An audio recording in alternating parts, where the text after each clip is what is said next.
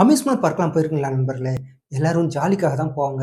இங்க ஒரு அம்யூஸ்மெண்ட் பார்க்ல ரொம்ப ஒரு கொடூரமான ஒரு சம்பவம் நடந்திருக்கு. ஸ்விங் ரோலர் திடீர்னு கவிழ்ந்து விழுந்து அங்க இருந்தவங்க எல்லாம் படுகாயம் அடையறாங்க. அதுலயும் அங்க பாதுகாப்பு பணியில இருந்த ஒருத்தரு பரிதாபமா உயிரிழந்து போறாரு.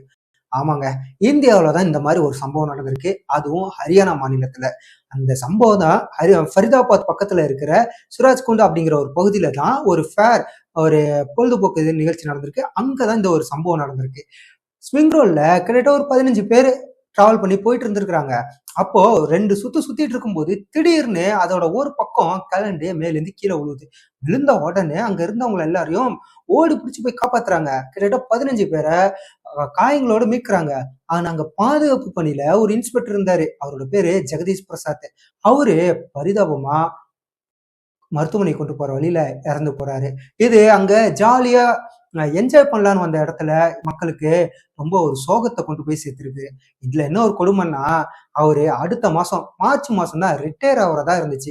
ரிட்டையர் ஆகுறதுக்கு 1 மாசத்துக்கு முன்னாடி இப்படி பரிதாபமா இறந்திருக்காரு அப்படிங்கிற செய்தி மிகப்பெரிய அளவுல அங்க இருந்தவங்க எல்லாருக்கும் சோகத்துலதான் ஆழ்த்திருக்கு. இது போல இந்தியாவுல ஒரு இடம் 2 இடம் இல்ல, நிறைய இடத்துல அம்யூஸ்மெண்ட் பார்க்ல எல்லாம் விபத்து நடந்திருக்கு. அதுலயும் சென்னையில கூட நடந்திருக்கு.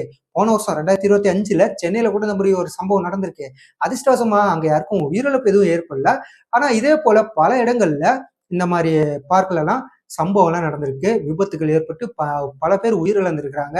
இதை பத்தி இதெல்லாம் தடுக்கிறதுக்கு அரசாங்கம் எந்த மாதிரியான சட்டத்தை அந்த விதிமுறைகளை கடுமையாக்கணும் அப்படின்னு நீங்க நினைக்கிறீங்க? கமெண்ட் பண்ணுங்க.